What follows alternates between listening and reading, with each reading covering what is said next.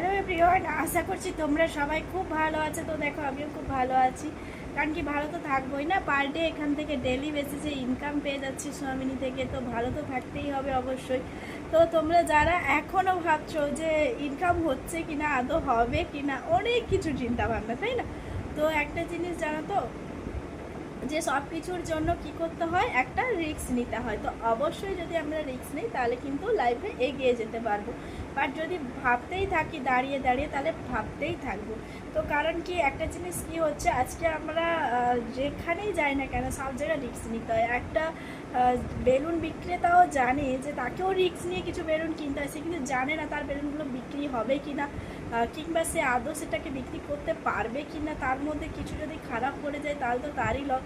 তো সব কিছু ভেবে চিনতে কিন্তু ওরা তারপরেও বিজনেসটা করতে নেমে যায়। তার কারণ কি, এইটুকু বিশ্বাস রাখে যে রিস্ক নিলে তবে গিয়ে কিন্তু আমি একটা বড় বিজনেসম্যান হতে পারবো। সুতরাং ছোট্ট ছোট্ট দিয়ে আমাদেরকে স্টার্ট করতে হয়। কথায় বলে না, বিন্দু বিন্দু দিয়ে সিন্ধু হয়। তো অবশ্যই কিন্তু ফার্স্ট আমরা কি করব, রিস্ক নেব, স্টার্টিং করব, কারণ নিজের জীবনের শুরুটা নিজেকেই করতে হয়, তাই না? থ্যাংক ইউ সবাইকে।